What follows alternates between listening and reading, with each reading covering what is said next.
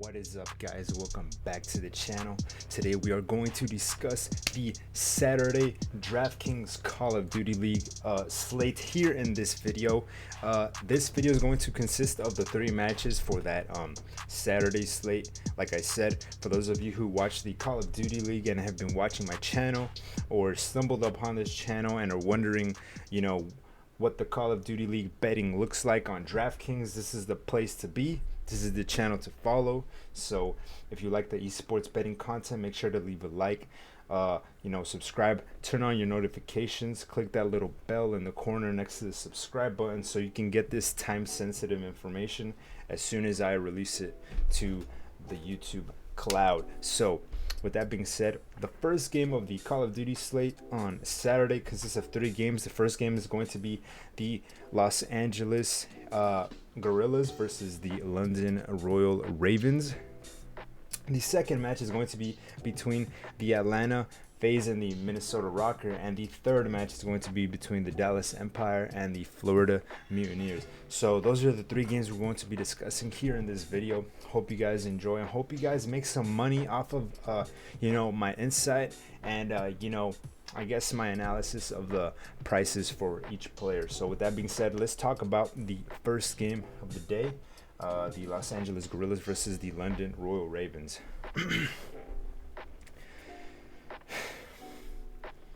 Now, today the London Royal Ravens got absolutely smoked by the New York Subliners, the second best team in the league.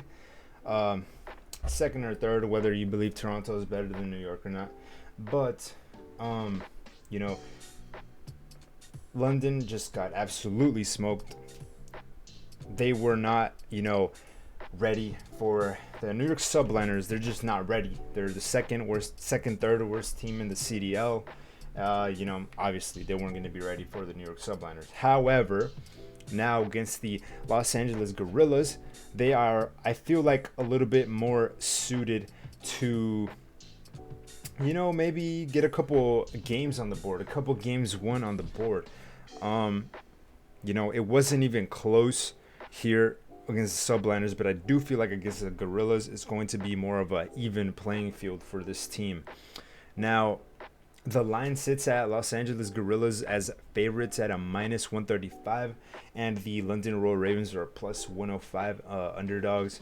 I do feel there are several picks here in this matchup that might be poised to explode. Like I said, as you can see here, they got smoked by the New York Subliners. They might have had that search and destroy and standoff, but they lost the last round. They got smoked in control and in hardpoint. But here against the Guerrillas, I feel like they have a little bit better of a chance. I also feel like Guerrillas have a little bit better of a chance themselves to probably get a win here. As we can see here, the LA Guerrillas, this is a stat sheet for the LA Guerrillas brought to you by breakingpoint.gg, not sponsored by them. I just really love this website. It's very good for Call of Duty stats. As you can see, the Los Angeles Guerrillas started off their losing streak against Chicago. They lost 3-1 the series. They lost a 3-1 series to New York. They lost a 0-3 series to Dallas. They lost to the red hot Florida Mutineers, and they got smoked by Toronto 3-0 yesterday. Now, London is obviously more of an easier team to beat. Chicago, New York, Dallas, Florida, Toronto, all top teams. I do believe like they have a better chance of beating London Royal Ravens. I do think that they're capable of doing it. I'm not so sure that they're going to do it, so I'm not going to say, LA Guerrillas are going to come out here and smoke London, because players like Paul X, I can see really making it difficult for LA Guerrillas to do that. That being said, Paul X at 8,400, I believe is somewhat of a decent value. Paul X is, in my opinion, the best player for London, and at 8,400, I feel like if they have a good game and they win, he's going to blow off. He's just going to pop off. He's going to be one of the best values there, as well as for Cheen on the LA Guerrillas side at 6,200. Him being cheaper than Apathy, to me, is just like, I've seen what he could do. I know he hasn't been putting up the best points since he started in the team. I just feel like he is bound to have a good game. So at 6,200 chain, I think he's a good value. With that being said, I also think a player like Assault or Silly is at a good value as well. This is going to be a really scrappy match in my opinion. I really don't know what to think of this one because, like I said, these two teams are more evenly matched than we think. They're both coming off of, lots of losses. If you look here though, Hardpoint, LAG, terrible, 12 and 28. Search and Destroy, they're fairly good. 16 and 16, they're even, Control, they're terrible. If we take a look at London, they're in a similar situation. They are in a 5-match losing streak against the Thieves, against Dallas. They've gotten swept 3 times in a row against Florida, Toronto, New York, top teams. Okay, so they haven't had it easy either. So I just don't know who's gonna win this game, man. Like both of these teams just like really suck right now. So it's going to be a scrappy one. I do feel like the two most valuable players here would probably be Paul X. I do not feel confident in touching anybody else in London Royal Ravens. Let me just say that. So Paul X is the only one I'm looking at, the London Royal Ravens. And in the LA Gorillas, I do like Apathy at 7,200. He always, comes in clutch for me. Him and Sheen are really the value plays here for me, as well as, Silly and Assault. Honestly, these players all have like good ceilings, so I would go with either one of them in this game. But honestly, this game's going to be scrappy. I do feel like LA Gorillas are going to take this series 3-2, and that's what I'm going to go with for the predictions for this match. If it's not a 3-2, 3-1, but I do think LA Gorillas are going to win. It's going to be a scrappy one. It's honestly going to be a very good match to watch, just to see who wins, But yeah, with that being said, let's continue on to the next more interesting matchups. So for the Minnesota and Atlanta game, this is going to be a pretty interesting match. Minnesota just came off of a 3-2 thrilling matchup against the LA Thieves. Pretty close matchup, went down to the wire, as you can see here by the VOD. It went to a game 5, round 11 in the Search and Destroy. There were 5-5. Minnesota came in clutch. They got the ice, Minnesota is one of those teams that really do got the ice. They have what it takes to really ice up and just beat a team, whoever it is. If you give them a chance to, get to if you let Minnesota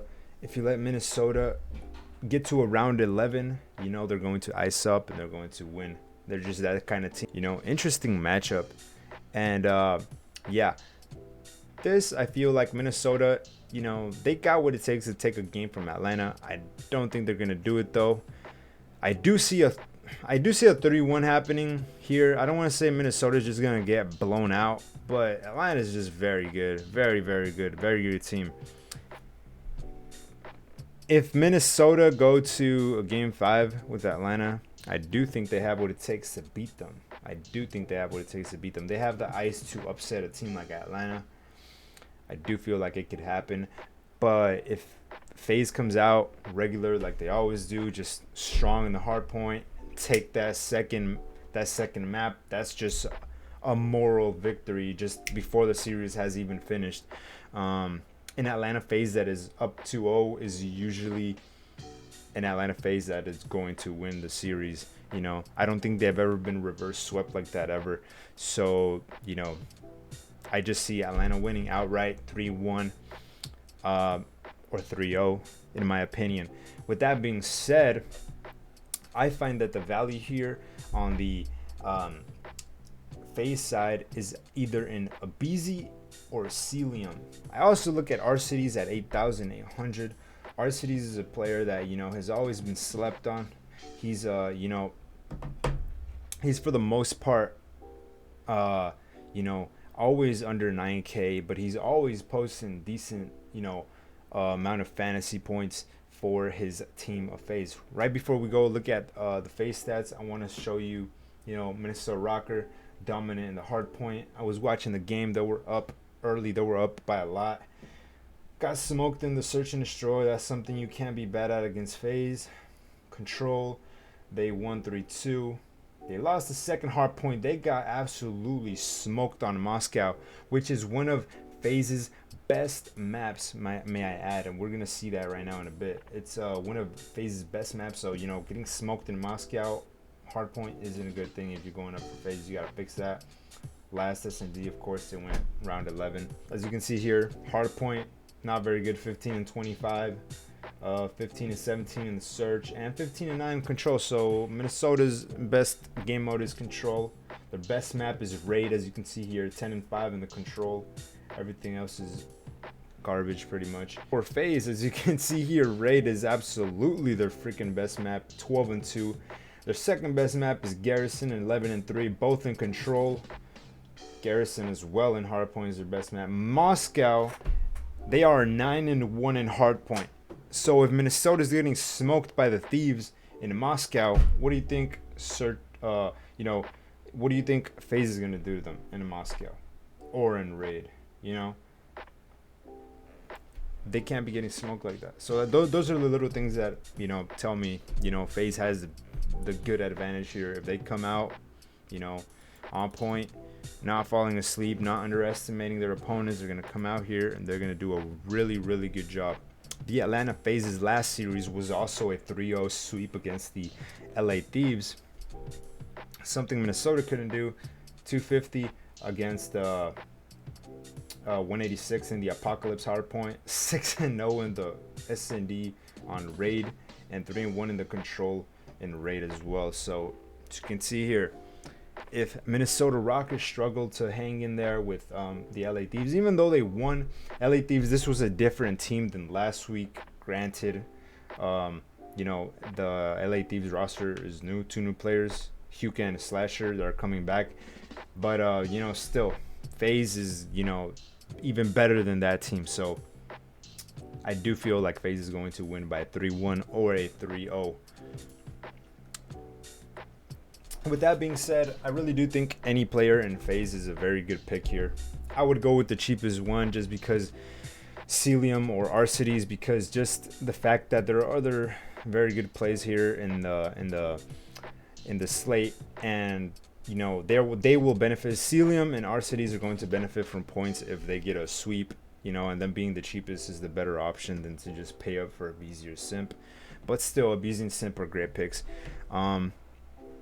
The line is at a minus 1600 for Atlanta FaZe and a plus 700 for Minnesota Rockers. So that tells you a lot. That's like one of the biggest, you know, discrepancies I've seen. Not discrepancies. That's one of the biggest, you know, gaps in a line I've seen in a while. So yeah, maybe a little bit. Yeah, maybe there is a lot of discrepancy there. I don't think it should be that heavy, but you know, it's very heavy. That's how good Atlanta is. So moving on to the next match, Dallas and Florida. I'm going to say I just think there's going to be a 3-1 on Atlanta FaZe's part. So what I predicted to come true came true. Dallas finally lost a series to the New York Subliners. You know, New York Subliners have just been hitting another level. Mac has been absolutely destroying for the Subliners. I thought it was too expensive this week against London Royal Ravens, but I guess not. His price has spiked up so much, but he's just been absolutely destroying for that team. But you know, regardless of that fact, they finally won against the Dallas Empire. So Dallas Empire lost their last matchup here against New York Subliners. You know, they look decent. Hardpoint, they hung in there in Garrison, 250 to 219. The S&D, they won it. You know, game mode that they really haven't been playing too well in. Control, they won 3-2. And, you know, they were up 2-1. And then New York came back. They won the hardpoint and checkmate. And then they won the, you know, game 5 S&D by you know, a little margin, 6-4. Could have gone either way, honestly, but you know, New York came out on top. Dallas, you know, Dallas has been looking iffy as of late. You know, sometimes I think they need to like still mesh with Vivid, their new acquisition. They need to like, you know, develop a chemistry. You know, he's rather new to the team, so I do feel like they need a little bit more time playing together to just, you know, develop their game plan a little better, execute better, just, you know, have that flow. of a team, you know, once you have a new player. But for Florida, on the other hand, who's actually been, you know, running with this squad for a minute now, they're finally starting to hit a groove. They're starting to finally hit a rhythm that they've been looking for all season. They used to be inconsistent. Well, I mean, yeah, you could say that up to this point they were inconsistent, but now they've been actually beating teams that, you know, they got no business beating, you know, according to the paper, to the stats. You know, if we look at their stats here, if we look at Florida's stats here, we can see that their last matches, you know, they lost to New York 2-3. They beat the Gorillas 3-1. They 3-0'd London, and they beat Toronto. This is what really, you know, starting from back here, week 3, stage 3, they 3-0'd Dallas, and then they beat the Gorillas. They went over to beat the Thieves, and then that's when people were like, okay, you know, Florida's hitting a stride. They got swept by New York, and then, you know, they got swept by Chicago. And then everybody was like, oh, okay, it was a fluke. These 3 games were a fluke. And then they beat Toronto. This is what I understand. They got swept by these 2 teams, and then they beat Toronto. That's weird. That's unpredictable right there. You know, everything was pointing to them, you know, losing this series. And then they swept London, obviously, like everybody sweeps London.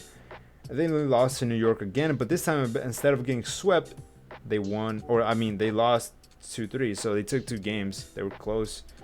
And now they beat the Gorillas 3-1. Now, Dallas, if you go back, the last time they faced Dallas, they 3-0'd them. I 3-0'd Dallas. That's a good thing for Florida because they're coming into this series knowing that they can absolutely destroy Dallas. I believe that at this point Dallas already had Vivid, if I'm correct. I think they did have Vivid at this point. I'm not sure actually. Don't quote me on that, but they still 3-0'd them. So if we look at Florida's stats, with 22 and 22 in hardpoint, they're breaking even. 16 and 15, they just went positive 1 match. Search and destroy, control, they still need a little bit more to get positive here in control. Their best map is, I would say, Moscow, or no, their best map would probably be in hardpoint. It's definitely Moscow. In search and destroy, I would say Express, and in control, I would say obviously Checkmate. So if they get these maps, which I don't think they're going to get all these 3, they should beat Dallas. I am inclining to believe that this time Dallas can beat them, but I am also going to call a 3-2. I think this series is going to go down to the wire. I doubt they can sweep Dallas again, just because Dallas has been looking a little bit better. We'll go look at their stats. You know, they lost to New York 2-3, like we were saying. But, you know, all these players, they were posting good numbers. New York is no rubbish team. They're the 2nd best team in the league. And, you know, right up there with Toronto. So it was a difficult match. And Dallas 3-0'd, you know, they 3-0'd Gorillas. They got 3-0'd by Toronto. They 3-2. This is concerning, 3-2 against London. You shouldn't let London go 3-2 against you. But, you know, I mean, loss, win, loss, win, loss. You know, what's the odds that it's going to be another win? I do like Dallas, but I do feel like this is going to go to the wire, and it's probably going to go to Dallas. I do feel like it's going to go to Dallas. You know, I think Florida is good, but I think Dallas, you know, they need to bounce back from this. They really haven't beat a good team since they beat Minnesota in week 3 of stage 3. They really haven't beat a good team. So I feel like they can bounce back here against Florida. I would say Dallas 3-2. That's my prediction. As for picks, I think that good picks here in this position. Definitely not Skies. Skies is a good player, don't get me wrong. And he's been absolutely destroying. If you look at his stat sheet, his last 4 games were 100 plus point fantasy games. He posted 149 fantasy points in that loss against the New York Subliners, which I don't understand. He got 106 kills and 83 deaths. He was going absolutely off. This guy was going off. But he's just too expensive right now at 10,200. Man, he's been riding, you know, he was at 9,800 against London. He dipped down 1,000 to 8,800 against New York.